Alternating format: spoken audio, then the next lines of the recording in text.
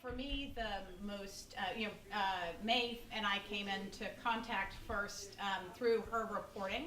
She did a wonderful story where she followed a migrant worker who was building the Olympic stadiums and infrastructure, who was cheated out of his wages, and shared a Pulitzer for that reporting. But that story of the earthquake was really the untold story, because it was buried, as you say, by the Chinese government, who didn't want anything to spoil the party. The story where you followed the family home, only to find out that their daughter was killed in one of the tofu buildings, I think is as a parent, it's a tragic thing. And we actually had an au pair and her twin sister who were from Chengdu. And the earthquake felt very real for us. They had family members and others who were affected by that. And also, since she was a twin, I've always been aware of how wonderful that bond was, and yet so many Chinese families were not ever given the option to have another child. You explained that it was an elastic policy by the time you were reporting there, but for me, the book felt very real. I have friends from Chengdu. We've been there with our children. And, the city is transformed, actually, from when I first went in '97. And it is a building boom.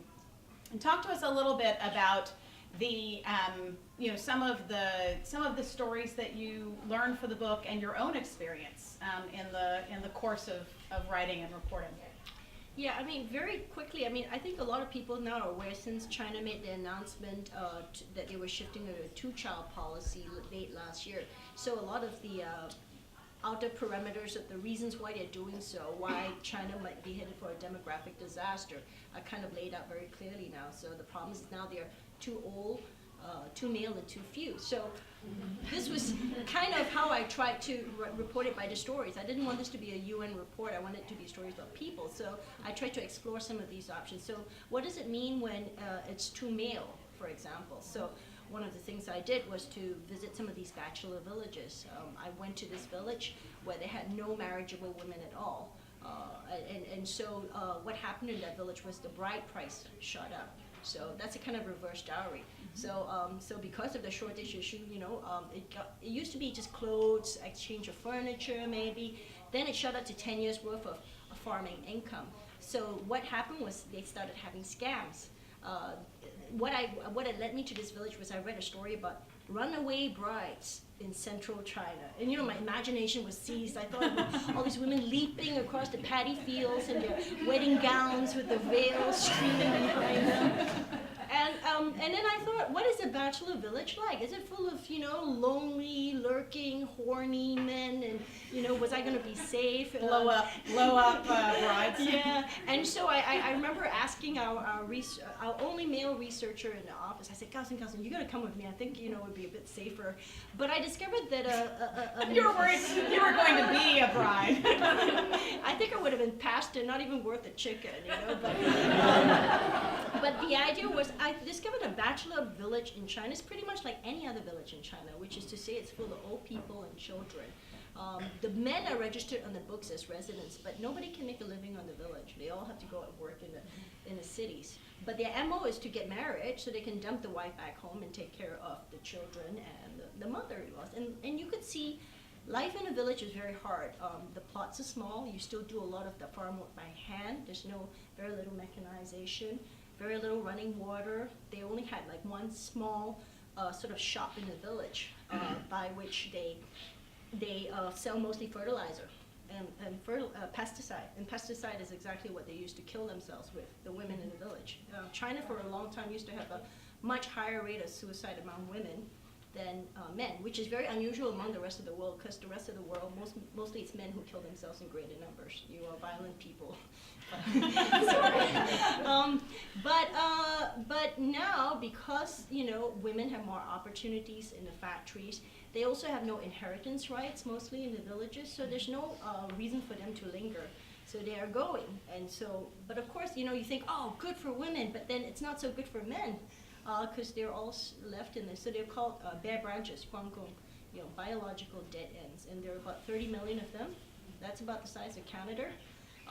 So unless China imports a Canadian size population of women, you know, this is the situation it's going to make. But it also translates itself not just in rural China, but also in modern China. You know, just dating. I went mass dating exercises. I went to one of those ones where they make you do all these exercises, like massage each other and introduce each other. And I write about it in the book. Because, you know, the idea is that it's not just sterilizations and abortions and these kind of dramatic things that the one-child policy has affected, but just simple, ordinary decisions like marriage and dating. Obviously, if you are an only child and you are also a male, your parents are very invested in what you do. So they're very interested in who you marry. And China is one of the few places where parents will advertise and put classified ads for their children in parks. You know, it's like the pre-Tinder, you know, where you could swipe left, swipe right. You know, how my child, you know, 40 years old daughter, she's looking for a man, you know, 35, you know, all this you'll see in the parks. So that was you know, so it obviously affects dating dynamics. It also affects how you die. Because here's the thing, China is aging rapidly. They have, and very soon they're going to have a European-sized population of retirees. That's what... Size of Europe, guys. That's Yeah. what, not, no Europeans, size of Europe. Size of Europe, which is to say, basically, if all of senior China were to form their own country, they would be the world's third largest country. China, India, senior China. That would be the three most populous nations. So that has nothing to do with the one-child policy. It's simply a factor of us living longer. We all are. Technology's helping us. But the sad part is there's going to be a much smaller working-size populations to support that. That's the big tragedy.